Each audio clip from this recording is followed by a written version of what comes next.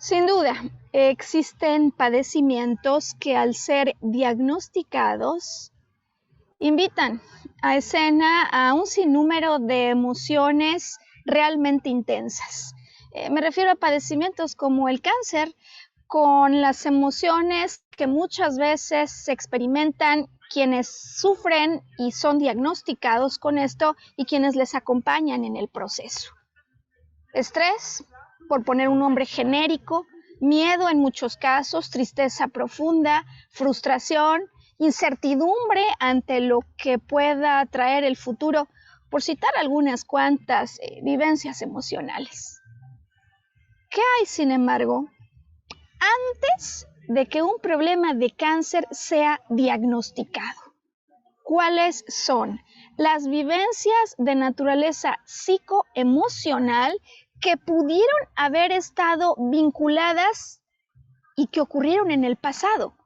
¿Existen? ¿Se han encontrado? Pues buenos días, buenas tardes o buenas noches, dependiendo la zona horario o el lugar en el que te encuentres y desde el cual conectes con nosotros. Me refiero al lugar desde el que conectes más allá de geografías, la situación por la que en este momento te encuentres atravesando. Bien seas un paciente, una persona que ha sido diagnosticada con este padecimiento, bien sea que lo tuviste en el pasado, pero que vives con el miedo y con el estrés porque algo pueda volver a ocurrir. Bien sea que seas un padre, un esposo, una esposa, una pareja, una madre, o cualquier familiar o ser querido de alguien que lo está atravesando, o bien sea que seas descendiente, por ejemplo, de una familia donde de generación en generación se han repetido cuadros de cáncer. Pues bienvenido a este podcast que en esta ocasión queremos dedicar para hablar de este tema. Hablemos de cáncer, de descodificación biológica y de reconciliación. Es el nombre que tendrá esta serie que hoy iniciamos.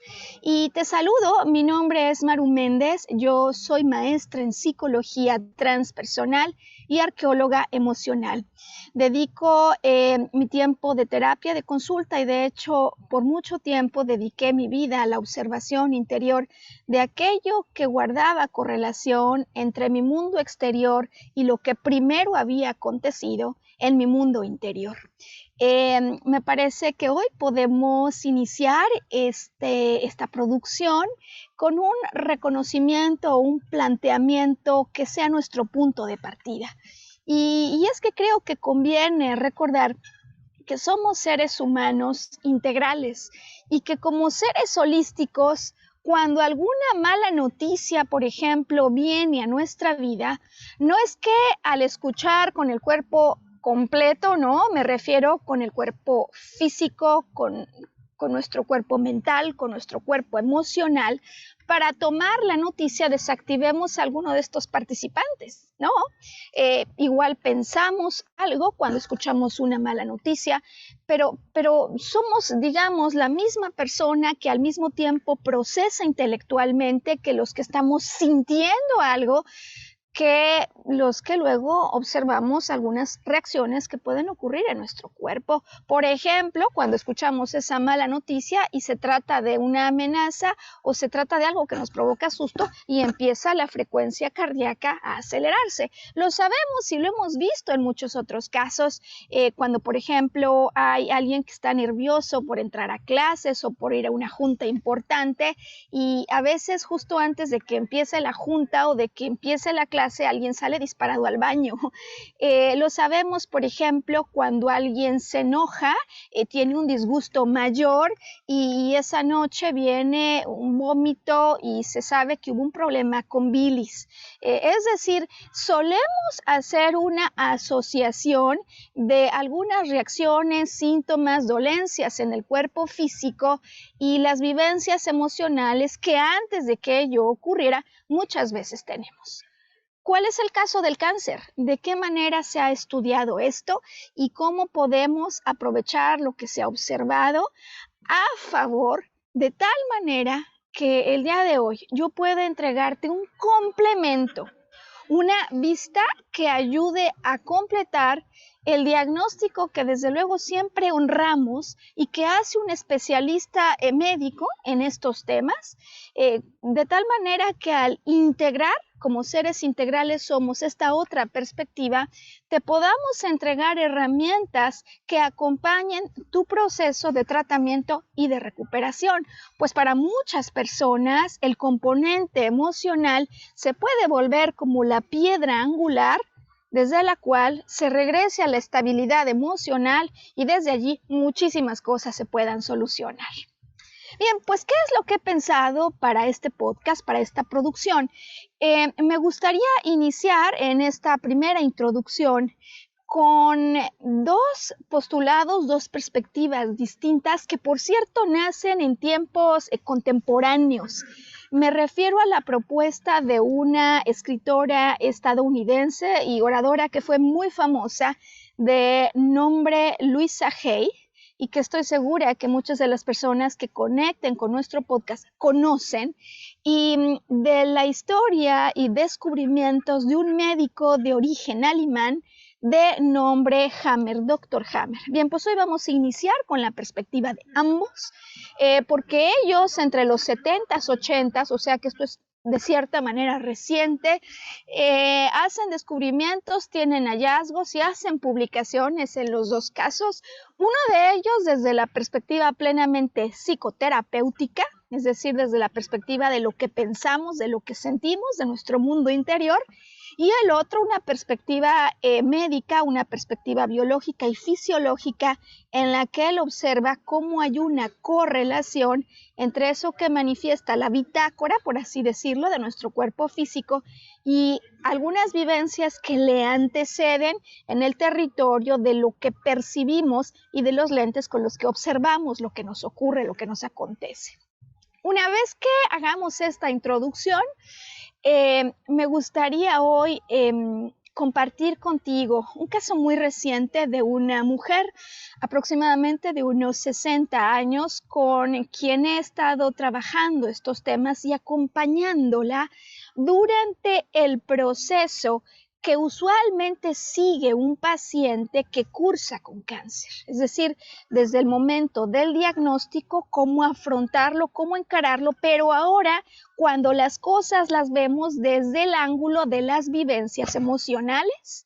Posteriormente, el tratamiento que en nuestro caso recomendaremos que es el tratamiento complementario y psicoemocional. ¿En qué consiste esto?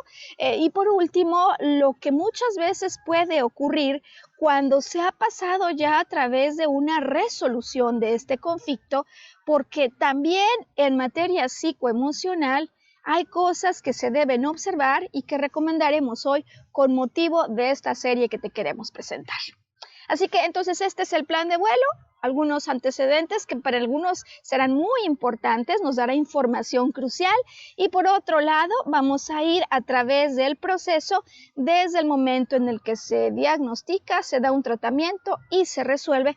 Todo esto siempre solo desde el ángulo emocional que complementa a un tratamiento médico. Y bueno, pues me parece que entonces estaremos listos. Iré mezclando, ¿no? Según vaya poniendo ejemplos o contando algunas cosas, con algunas otras historias de pacientes, de personas a las que he acompañado en este proceso, de lo que vivieron y de cómo fueron desde la perspectiva psicoemocional acompañando este padecimiento. Desde luego explicaré a lo largo de todo este podcast y de nuestra serie por qué me parece que es vital que podamos no solo hablar de cáncer y esto que se conoce como descodificación biológica, de lo que te voy a explicar, sino sobre todo que le pongamos esta palabra siempre, y bueno, lo decimos al final en el título, ¿no? Hablemos de cáncer, descodificación y reconciliación, pero me parece que casi que debería de ser el término central, reconciliación. ¿Por qué reconciliación? ¿De qué tipo de reconciliación? ¿Reconciliación con quién o con qué? Pues esto te lo voy a platicar en la segunda parte, de la mano del caso de esta mujer, a quien en definitiva agradezco, y ella lo sabe, dedico por supuesto estas producciones pues con el corazón en la mano al permitirme no solo haberla acompañado y tocar las emociones y las preguntas que surgen en quien atraviesa por esto, sino porque además al entregarnos su caso me parece que hoy nos permite de manera excepcional poder entregar una historia súper real a personas que podrían estar detrás de la pantalla y acompañar no solo su proceso de esta mujer, sino con las recomendaciones de lo que en su caso aplicamos, pues dar pautas que otros puedan aplicar y me decía ella, y ojalá que no todos, ¿verdad? Los que viven situaciones como las que yo viví, ¿verdad? Tuvieran que ver esto. Pero si acaso alguien que vive una situación similar a la que yo viví, por algún motivo conecta con este podcast, pues que encuentre en mi caso un ejemplo de cómo se puede emocionalmente tratar lo que está detrás. Bien, pues empiezo por las damas primero, dice, ¿no? Así que voy a empezar por esta historia de esta mujer escritora, oradora, sumamente afamada en su tiempo y es reciente, pues ella muere en 2017. Me refiero a Louisa Hay. Louisa Hay, quien nace en 1926, muere en 2017, cerca de 90 años de vida.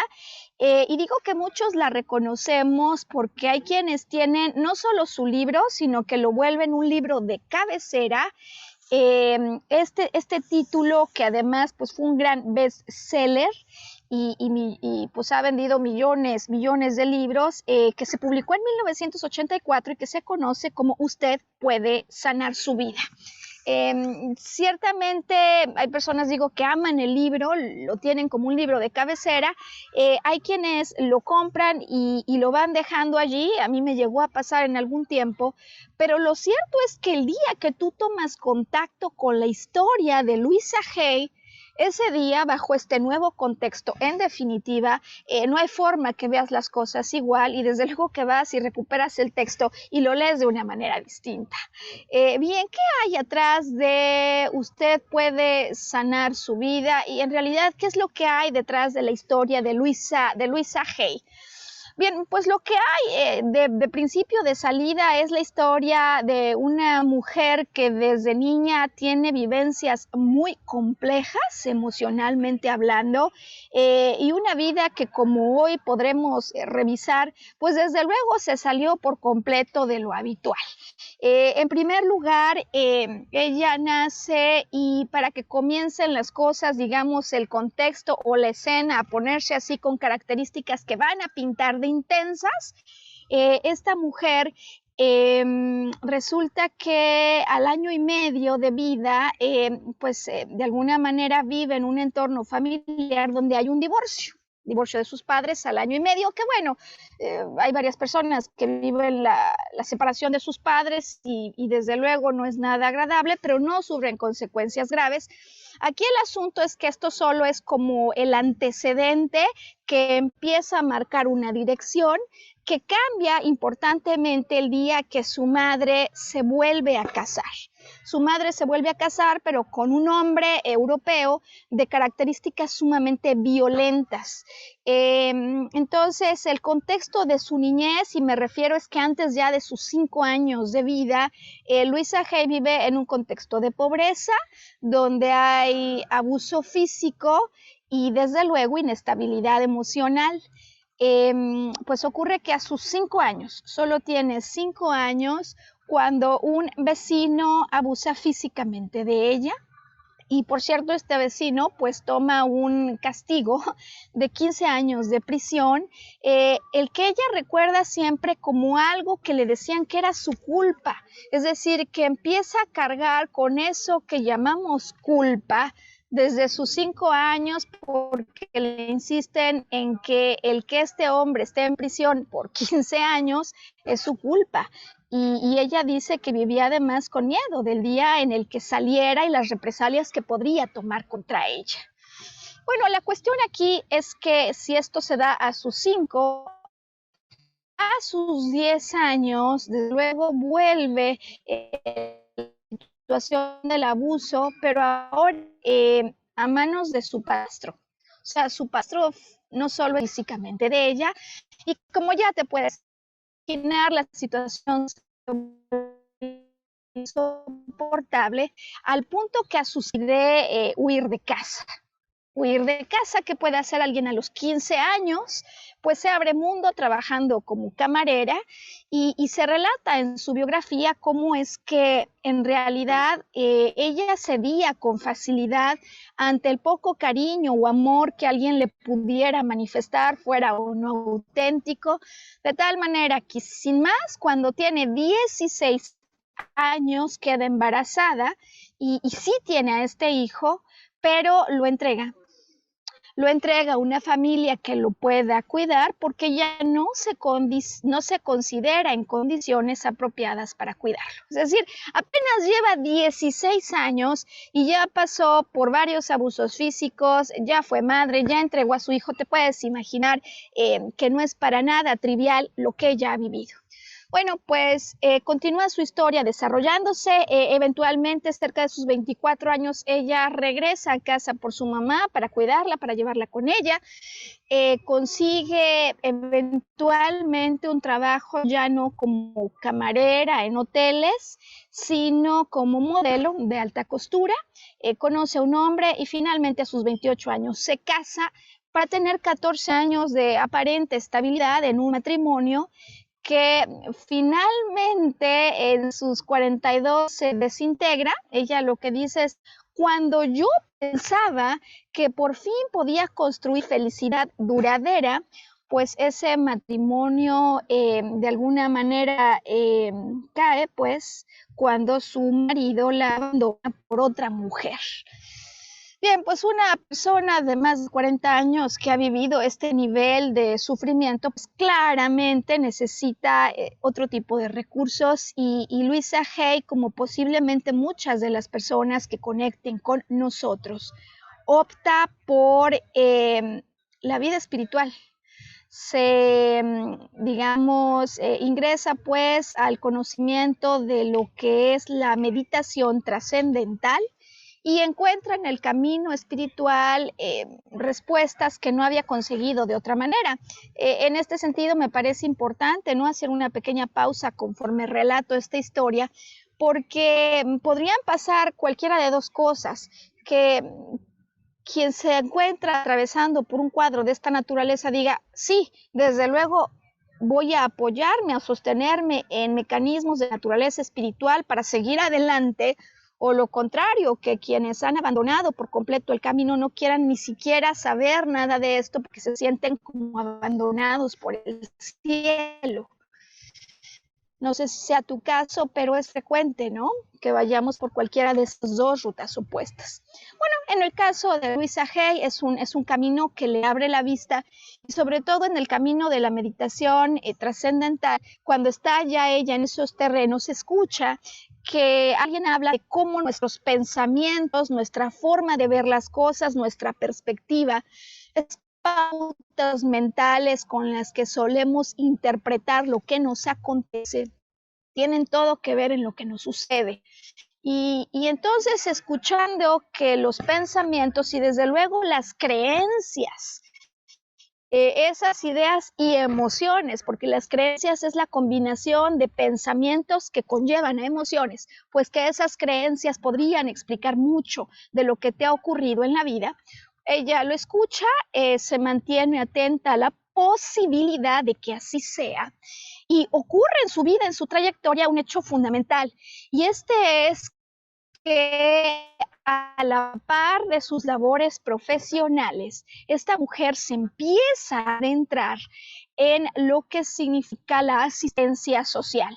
Hace muchas actividades de ayuda de carácter humanitario, y estando en estas tareas de naturaleza social, Louisa Hay empieza a observar que las personas que vienen a trabajar con ella en la suerte de terapia que ha iniciado con base en su experiencia, con base en cómo ve que se ha venido reconstruyendo interiormente, pues que quien viene a trabajar con ella en busca de una ayuda, de un consuelo, de un consejo, tienen desde luego formas de ver las cosas a lo que ella llama pautas mentales, formas de ver las cosas que hoy sabemos que nos pueden ir conduciendo siempre a que los escenarios que atravesamos desenlacen de la misma forma y sobre todo que cuando vivimos de alguna manera una situación dramática, traumática porque por un lado no solo no la esperábamos, sino que no es algo, una buena noticia, o sea, normalmente es una amenaza y además no la vimos venir,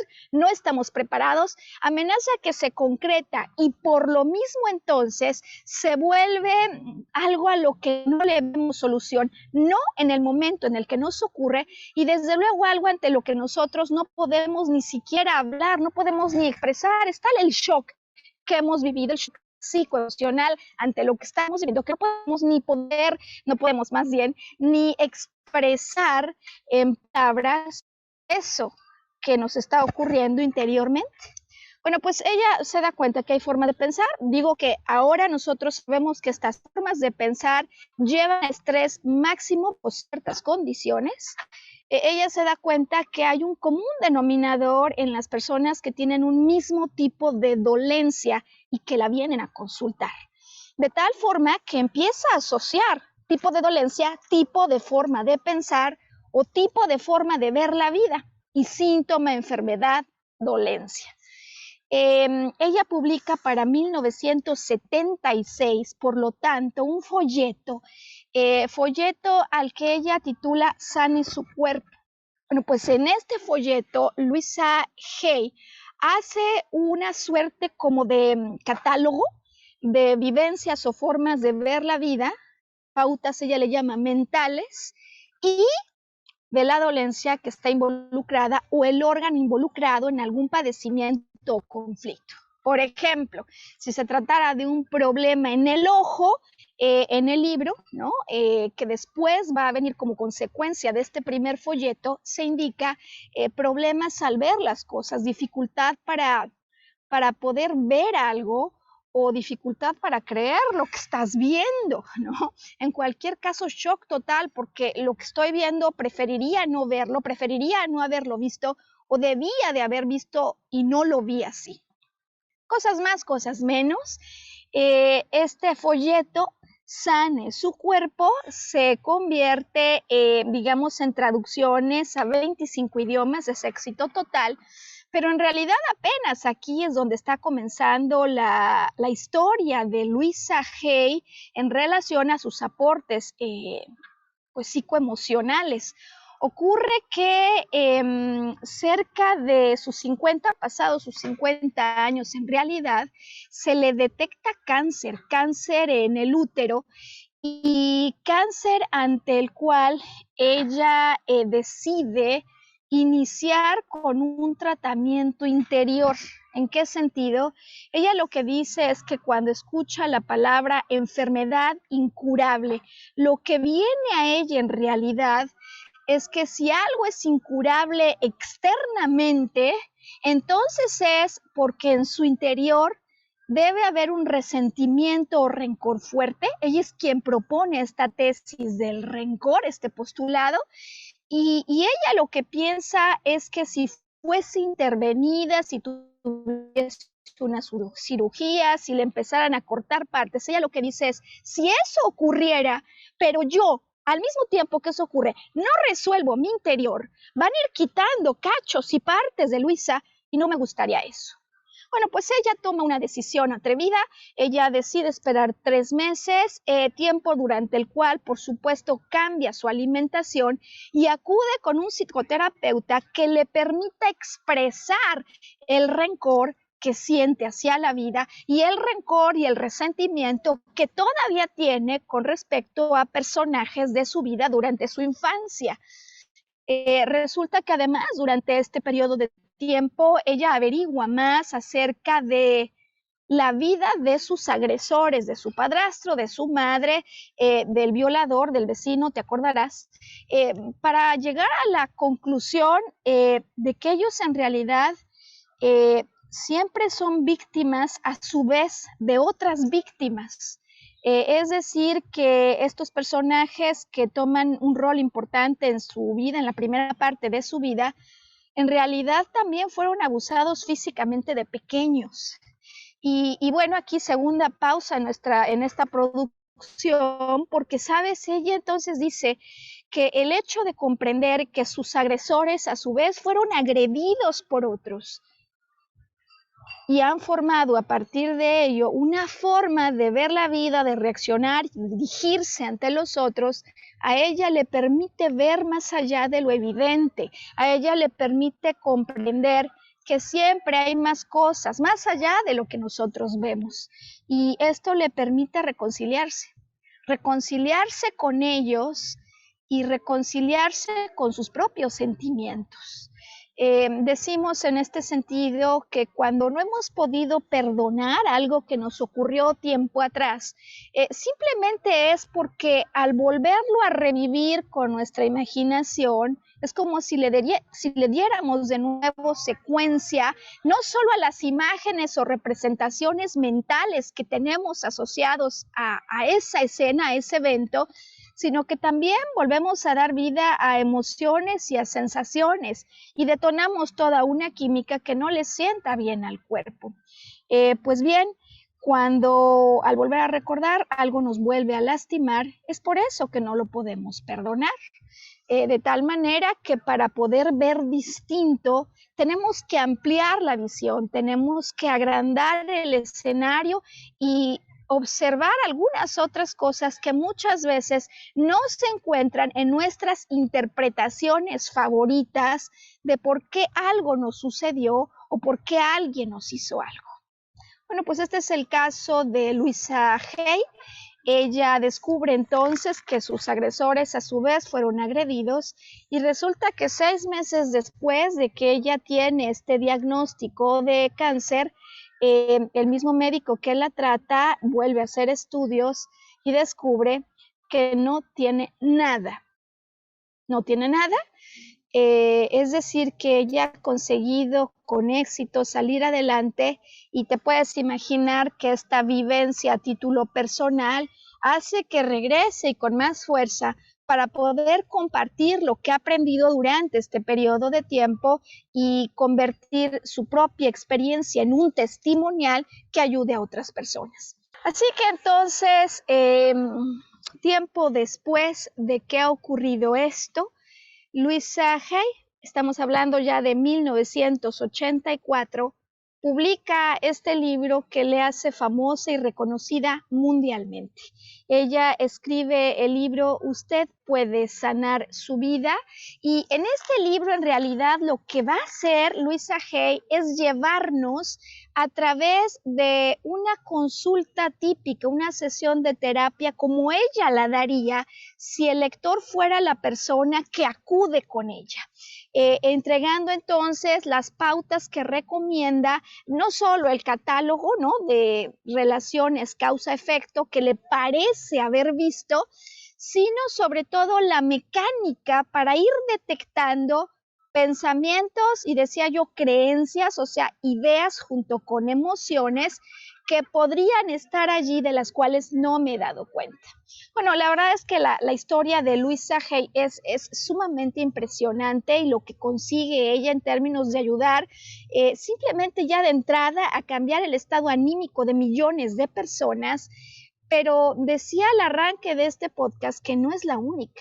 Es curioso que justo en los años en los que ella está publicando su libro, aparece la historia de un médico de origen europeo, él es alemán, quien digamos que va a buscar investigar las causas emocionales igual que Louisa Hay, pero él desde la perspectiva de lo que ha estudiado, lo fisiológico y las formas en las que podría, él dice, estar conectada nuestra mente con la que percibimos las cosas, a los que algunos llaman psique, la forma en la que percibimos las cosas con nuestro cerebro y con nuestro cuerpo físico.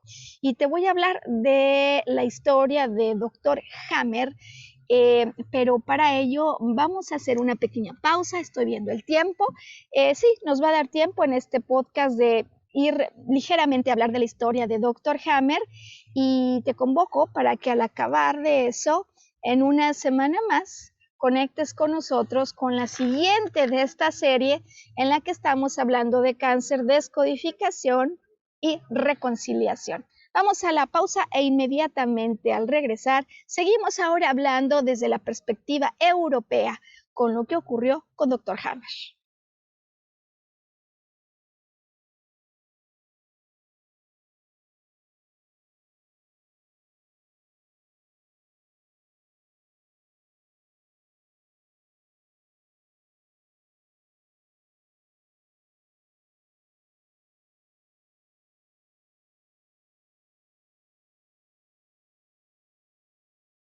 Bueno, pues hemos vuelto ya y hemos iniciado hoy hablando de cómo alrededor de los años 70, 80, hay una mujer escritora, oradora, que fue sumamente famosa en Estados Unidos, quien se adentra en el entendimiento psicoemocional de las causas raíz que podría haber detrás de dolencias y enfermedades.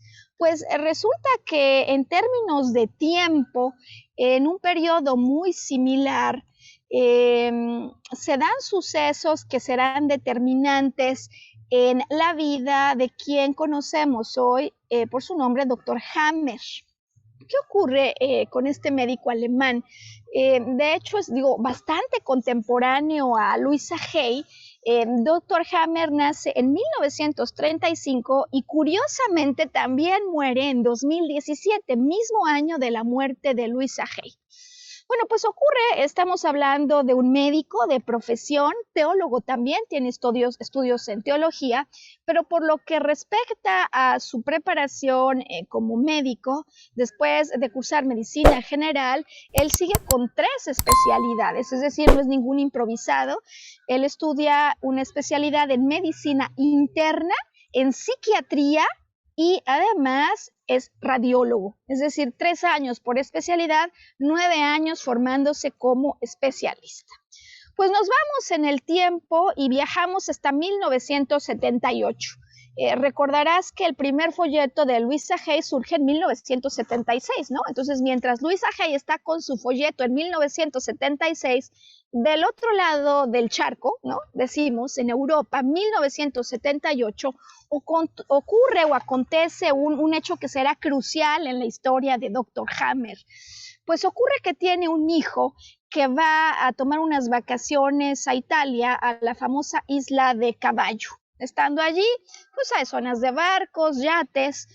Ocurre que el hijo está en la cubierta de un barco durmiendo, cuando al mismo tiempo, desde un yate, un aristócrata italiano de nombre Vittorio Manuel dispara, ¿no? Y, hombre, se debate si había una intención en el disparo, si estaba soñando y creía que le estaba disparando a alguien, o la razón por la que ocurre. El hecho que nos compete es que él, al disparar, proyecta una bala que llega hasta la pierna de alguien que se encontraba en la cubierta de un barco cercano, que es Dirk Hammer, hijo del Dr. Hammer. Este disparo en la pierna le provoca pues consecuencias graves. Es trasladado de urgencia a Alemania, el hijo de Dr. Hammer, y el disparo ocurre en agosto, pues es diciembre, más o menos 4 meses, y el hijo muere. Muere en los brazos de Dr. Hammer. Ya me puedo imaginar yo, ¿no? Que tener un hijo y perderlo, pues cualquiera de nosotros creo lo puede pensar, es un hecho dramático en la vida de cualquier padre. Pero tú te puedes imaginar lo que significa además que quien se ha muerto es hijo de un padre médico, ¿no? Quienes lo conocieron hablan de cómo fue un hecho en definitiva devastador para un padre que se reprochaba no haber tenido posibilidades para salvar la vida de su hijo. Bueno, pues no se queda aquí la historia. Desde luego, por un lado, no solo es que se sucede, digamos, una emoción intensa a un evento trágico, sino que las emociones no paran cuando el proceso judicial que se aplica contra un aristócrata, pues no lleva al desenlace que Dr. Hammer esperaba. 4 meses después de la muerte de su hijo, ocurre que le detectan cáncer a Dr. Hammer y a su esposa, quien era médico oncólogo, por cierto. El cáncer no está, digamos, localizado en cualquier sitio. El cáncer que le detectan a Dr. Hammer está localizado a nivel testicular. Lo impresionante de esto es que al tiempo que él tiene cáncer testicular, su esposa tiene cáncer de ovarios y cáncer en mama izquierda. ¿Cuál es la probabilidad de que acabando de perder un hijo, lo que presentes sea un cuadro en el que hay cáncer involucrado en órganos reproductivos? Es decir, desde luego que ya solamente mirar esto genera una enorme inquietud en Dr. Hammer, quien, por cierto, desde antes de que su hijo muriera, ya sospechaba de una correlación entre psique, cerebro y cuerpo físico. Claro que esto se vuelve un gran detonador de investigación, y de la misma manera que en su momento Louisa Hay, pues Dr. Hammer inicia una investigación con pacientes oncológicos, pues él por muchos años, más de 15, había sido jefe de servicios de medicina interna, de oncología y de radiología. Al tener acceso a pacientes en una situación oncológica vinculada con el mismo órgano que él tiene afectado, se lleva, digamos, una gran sorpresa al descubrir que en todos los casos, los pacientes con antelación a ese padecimiento oncológico habrían atravesado por un evento altamente traumático. Pero esto es aún más impresionante cuando Dr. Hammer de lo que se da cuenta es que el evento altamente traumático en el caso de pacientes con cáncer testicular siempre está vinculado con una pérdida y un shock brutal ante la pérdida de un hijo. Esto se vuelve aún más impresionante cuando redirecciona su investigación ahora, por ejemplo, en el caso de pacientes con cáncer de riñón, y así sucesivamente. Es decir, él comienza a darse cuenta que el común denominador, que podríamos hoy decir es un evento altamente traumático que ocurre de manera no prevista, ante el cual yo no tengo solución y lo experimento en profunda soledad, tiene luego vertientes específicas dependiendo del tipo de cáncer del que estemos hablando. Es decir, que uno es el tipo de forma de ver las cosas, de vivencia interior, que ocurre cuando hay cáncer de riñón, que es distinto de cuando ocurre un cáncer de mama izquierdo, que es distinto incluso si el cáncer ocurre a nivel glandular en una mama izquierda, o si ocurre, por ejemplo, a nivel ductal o intraductal, por ejemplo, en una mama derecha. Es decir, empieza a darse cuenta que la localización específica, el órgano, la lateralidad, son cosas que hay que tomar en cuenta, pero que uno, una vez que consigue este tipo de clasificación, puede diagnosticar, pues los pacientes, digo emocionalmente, los pacientes que sufren esto han vivido o han atravesado un mismo tipo de vivencia. Desde luego te puedes imaginar que este descubrimiento es algo sumamente importante, pero no se va a quedar allí. No se va a quedar allí. Dr. Hammer comienza a investigar un poco más. Es decir, él ya se ha dado cuenta de que en efecto entre la forma de percibir y el órgano involucrado hay una correlación. Eso ya lo sabe, eso ya lo vio, porque además, por cierto, se cumple en el 100% de los casos. Lo que no sabe es cómo está involucrado el cerebro. Y para llevar a cabo esta investigación, él recurre a sus recursos de diagnóstico vía pues radiología. Sucede que un día él dice, a ver, el cerebro todos lo sabemos, coordina a todos los órganos que tenemos, lo sabemos. El cerebro, es bien sabido, está en comunicación con todas las células. De hecho, se sabe hoy en día que hay estímulos bioquímicos y que una célula podría recibir más de 50,000 estímulos bioquímicos simultáneamente. En materia de estímulos bioeléctricos, se dice que no se sabe ni siquiera el número de estímulos que puede recibir una célula, pero ciertamente una célula está todo el tiempo recibiendo estímulos y se comunica el cerebro directamente con ellas.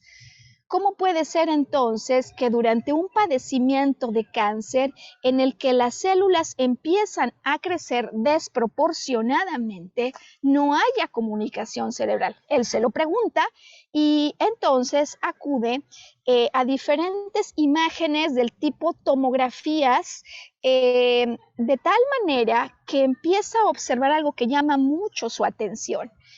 Ocurre que para entonces las tomografías al sacarse, ¿no?, de un paciente, estos escáneres cerebrales, dejaban unas manchas, ¿no?, a las que sin encontrarse otra causa que el defecto de la máquina que las producía, les llaman artefactos. Y en esta ocasión, sin embargo, Dr. Hammer empieza a mirar esas tomografías para darse cuenta que en realidad esos artefactos podrían estar revelando una afectación cerebral como consecuencia de un shock emocional. Y para probar su teoría, comienza a tomar diferentes imágenes cerebrales de pacientes con cáncer para darse cuenta que dependiendo el tipo de cáncer del que se trate, la zona del cerebro en el que se plasman estos artefactos. Teniendo dudas de que pudiese ser en efecto una conclusión incorrecta y que estas zonas del cerebro que se afectan con la presencia de cáncer pudiesen ser simplemente errores en el escáner, él acude con Siemens, la compañía que está involucrada en la producción de estas máquinas, y hacen algunos protocolos de investigación en los cuales lo que va a ocurrir es que van a mover la cabeza de la persona. Su hipótesis es que si ellos mueven la cabeza de la persona y las manchas están vinculadas con un problema en el cerebro de la persona, conforme muevan a la persona, las manchas también se van a mover. Pero si las manchas se deben a la máquina, entonces si se mueve la cabeza de la persona, no se van a mover. ¿Y cuál crees que es la conclusión? Pues resulta que las manchas se mueven conforme se mueve la cabeza de la persona. Es decir, que él se da cuenta que cuando nosotros vivimos una experiencia con estas 4 características que hoy hemos estado mencionando, un evento altamente traumático, ¿por qué? Porque se trata de algo que no vi venir, que además me amenaza, la solución se concreta más bien la amenaza, pero yo no puedo resolver esto y lo vivo en profunda soledad porque no puedo ni acabar de externar lo que me está pasando, pues él se da cuenta que cuando estas 4 cosas están ocurriendo, se produce un bioshock. Es como si ocurriera un corte eléctrico a nivel cabeza que dispara entonces una especie, digamos, de mancha en forma de dona que se ubica en la zona del cerebro que tiene conexión con la zona del cuerpo afectada o con el órgano afectado. Bueno, pues estas son, digamos, algunas de las primeras grandes pues hallazgos en realidad o descubrimientos de Dr. Hammer, descubrimientos que él van a hacer que inmediatamente se apasione alrededor del estudio de esto y desde luego sabiendo ya que vivió un contexto emocional muy complicado con la muerte de su hijo, con la aplicación o no aplicación de la justicia como él esperaba, pues definitivamente va a defender su propuesta de una manera extrema. Y bueno, pues defender una propuesta innovadora, además con tintes extremos, que lo llevan a confrontarse y a complicarse en el diálogo médico, hace que, como muchos otros innovadores, pues no sea precisamente bien recibida su propuesta.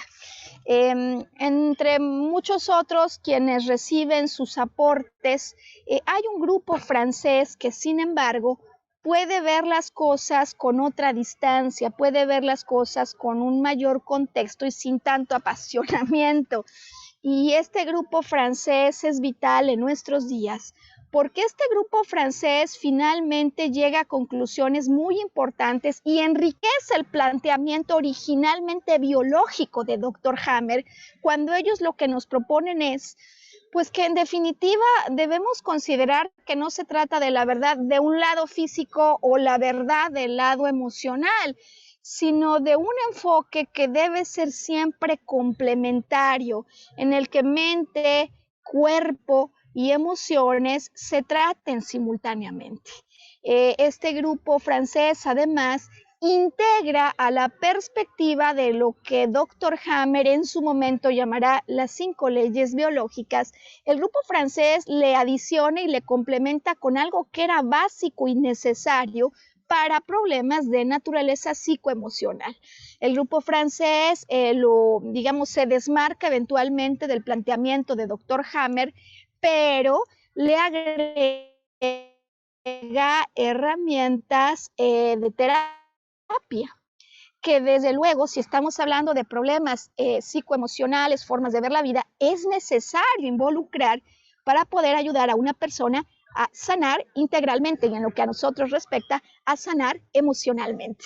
Bien, pues este grupo en la actualidad, propone esta escuela, pues, a la que se llama descodificación biológica, y bajo este enfoque plenamente integral es bajo el cual, digamos, en mi caso yo fui formada y empleo la descodificación biológica, que hay cientos de diccionarios en el caso del idioma español, incluso varios que son de acceso plenamente gratuitos. Empleo estas posibles causas de naturaleza psicoemocional como si fuesen mi brújula que me indica un norte hacia el cual orientar mi trabajo de detección de aquellos conflictos que pudieron estar involucrados antes de que ocurriera un problema oncológico. Y veo que el reloj ha avanzado rapidísimo, de tal manera que en definitiva haremos un segundo podcast en el que te pueda platicar historias reales, en el que, como decía al arranque, te voy a llevar por una trama de una paciente a quien he acompañado desde la perspectiva psicoemocional, quien me permitirá entonces, con motivo de este podcast, poder compartirte su diagnóstico psicoemocional, el tratamiento complementario, repito, pero desde la perspectiva psicoemocional, así como algunas consideraciones de cosas que vale la pena contemplar, que debemos tener en mente cuando lo que ha ocurrido es un diagnóstico en el que el cáncer aparece en escena. Y mientras tanto, yo deseo que la información que he compartido contigo sea información que te permita empezar a estructurar hipótesis sobre las causas psicoemocionales que podrían estar detrás de lo que está ocurriendo.